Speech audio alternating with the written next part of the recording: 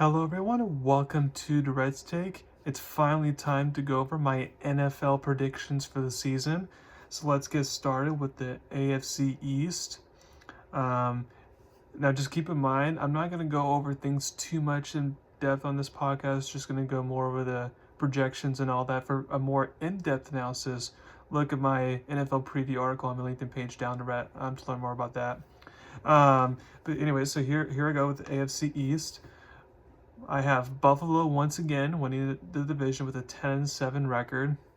I do feel like losing Stephon Diggs and having a bunch of, so-so wide receivers and the rookie that they drafted in the second round. I feel like they all, will be fine, but there's no eliteness there whatsoever. And then on defense, Bills had to lose a lot of players because of money and all that. So I feel like they will take a step back a little bit, but they can still potentially win the division. And then I have Miami and the Jets, both tied at 98. With Miami, obviously they have the offensive firepower. Defense is a question mark. And then also Miami's schedule, especially towards the end of the season, is very, very tough. And I feel like that's what could potentially be a hurdle for them making the playoffs. And now for the Jets side, it's just until they make the playoffs, I'm not going to put them in the playoffs. Give them a record above 500 is being nice enough there. I have to see how Aaron Rodgers performs off Achilles injury and how the revamped offensive line looks and all that. And then New England's the last place at 1-16. I just do not like mostly anything about the roster whatsoever. And I have question marks about the coach. Okay, now for the AFC North, I have Cincinnati and Baltimore tied at 11-6, but Cincinnati has the tiebreaker. I'm there to win the division. I like both squads. For Baltimore, my only concern for them mainly, I mean, they do have a new defense coordinator, so we'll see how that plays out. But my only concern is that their offensive line, they lost 3 starters there, both tackles. So we kind of have to see how that new offensive line looks before putting our full faith in them once again. And then for Cincinnati, they're just an injury issue. If Joe Burrow could just be healthy for mostly, if not all the season, then they're right there. So after Joe Burrow being out for at least half the season last year, I feel like he will be more healthy around this time. And then Cleveland I have next to 10-7, and then Pittsburgh I have 8-9. Pittsburgh I just do not trust their offense whatsoever, despite seemingly having an upgrade quarterback at Russell Wilson or Justin Fields versus Mason Rudolph, or Kenny Pickett. But I just feel like there's still too many offense question marks that Pittsburgh has there. And then the AFC South I have Houston winning it. 11-6, despite the hard schedule. I feel like that with all the upgrades they made throughout the offseason and free agency, I feel like they're better than they were last year. We're just saying something. And then Jacksonville I have next to 10-7. Their only issue last year was when Trevor Lawrence got nicked up and wasn't 100% healthy the rest of the way. If Trevor Lawrence is 100%, then Jacksonville would have made the playoffs last year. So I think Jacksonville can be good once again. And then Indianapolis I have a 98 once again. Their only question mark is, can Anthony Richardson stay healthy, because he couldn't last year, and then B, as not playing a lot of games, can he progress fast and take the next step? I love their head coach Shane Steichen, but we'll see what he can do there. And then Tennessee have last at 5-12, although they're like a sneaky 5-12 team. They'll play good, but their record will indicate it, type of thing. And then the AFC West I have Kansas City first at 12-5, and then the Chargers I have second and 9-8. I feel like Jim Harbaugh will get this team improved, but there's still too many question marks in certain key areas to be like they'll be like elite type or be on Kansas City level, so that's why I have it just 9-8. Denver I have it 8-9. I liked what I saw from Bo Nix in the preseason, but there's still kind of question marks that that I would need to answer before I have Denver having a winning record there. And then Las Vegas I have a 4-13 just simply because they don't have a quarterback. They have a good backup quarterback, so they don't have a good starting quarterback. So then for the AFC, you got I have Kansas City as the 1 seed, Houston as the 2 seed, Cincinnati as the 3 seed, Buffalo as the 4 seed, the Baltimore as the 5th seed, Jacksonville as the 6th seed, and then Cleveland as the 7th seed. So that means the Miami, New York Jets, and Indianapolis Colts and LA Chargers are the 4 teams that are just barely off there. And then in the NFC, let's start with the NFC East. I have Philadelphia back to winning the division. I feel like they learned from their collapse last year. And I feel like bringing in a new offense coordinator, Kellen Moore, and defense coordinator, Vic Fangio, will help improve things. Bringing in Saquon Barkley is good. Now, they still have, some holes or areas of concern.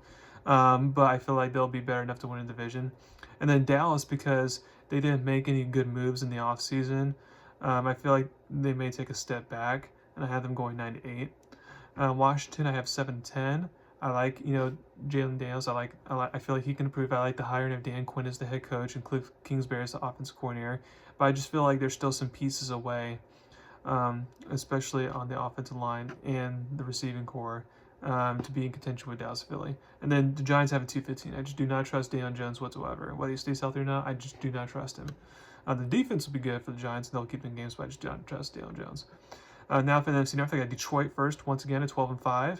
I feel like they'll at least be on the same level they were last year, if not a little bit better, since I think they did improve their passing defense. And then for Green Bay, they have them 11-6. Now I do have some question marks about Jordan Love since he got on that hot streak. Let's see if he can continue that forward.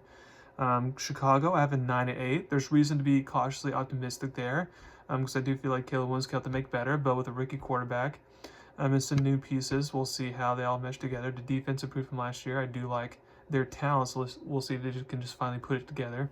And then Minnesota, I have as a 7-10 team, but kind of like a fun and interesting 7-10 team, since I do like some of their pieces on offense and defense, and Kevin O'Connell, as we saw last year with 4 different quarterbacks, he can get the best out of them.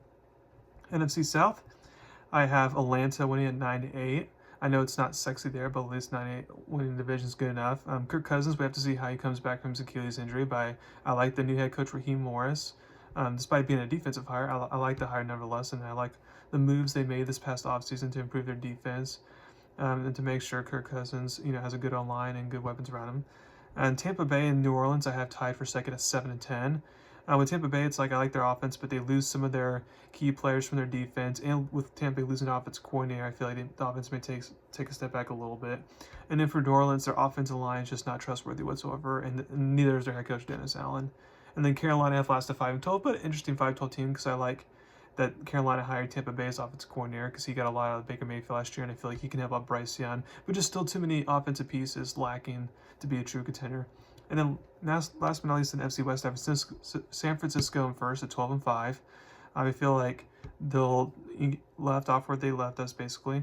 The Rams, I have an 11-6. I feel like despite the defense being a question mark, the offense, assuming Matthew Stafford stays healthy, and the offensive line in particular stays healthy, they'll be just fine. Seattle, I have a 9-8.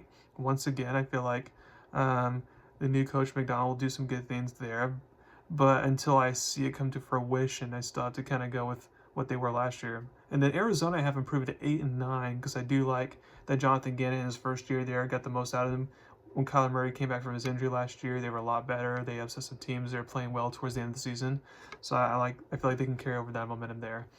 So then NFC, you got San Francisco 1, Detroit 2, Philadelphia 3, Atlanta 4, Green Bay 5, Rams 6, and then Chicago is 7th. So now for the playoffs in the AFC, you got 7 Cleveland versus 2 Houston. I would have Houston winning that one. And then you got 6 Jacksonville versus 3 Cincinnati. That would be a good game, but I have Cincinnati winning that one. Then you got 5 Baltimore versus 4 Buffalo. A very good one there. I would have Baltimore getting the upset there. So then for the divisional round, you got 5 Baltimore versus 1 Kansas City, a rematch from last year. I would have Kansas City once again winning that one. And then 3 Cincinnati versus 2 Houston. I would go with the experience there and go with Joe Burrow and Cincinnati to get the upset there. So you once again get a Cincinnati, Kansas City AFC title game, and it'll be a good one. I was debating hard about this one, but I'm going to have Kansas City once again winning the AFC. Now for the NFC in the wildcard round, you got 7 Chicago versus 2 Detroit. I would have Detroit winning that one. You got 6 Rams versus 3 Philadelphia. I'd have the Rams getting the upset there. And then 5 Green Bay versus 4 Atlanta. I have Green Bay winning that one. So then the division round, you got Rams versus 49ers, a very interesting one. But I feel like San Francisco's defense will be the difference maker there, and the 49ers get the win. And then Green Bay, Detroit, part 3 matchup. That'd be a good game, but I'd have Detroit pulling it out at home there. So you get a rematch in the NFC Championship game last year with Detroit and San Francisco. This time, Detroit doesn't screw around and gets the big win. So you have a Detroit-Kansas City Super Bowl matchup. And I know it's never been done before in NFL history, but I'm going to have the first three-peat and have the Chiefs win the Super Bowl. Again, I could totally be wrong. It was once I got to the playoffs, it was hard to start making picks and all that.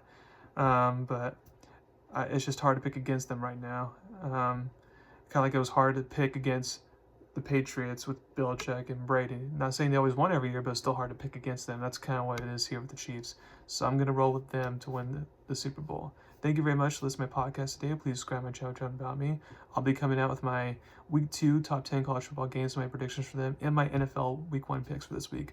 So check those out as well. Thank you very much. Again, check out my LinkedIn page down, Durrett, and you have a wonderful day.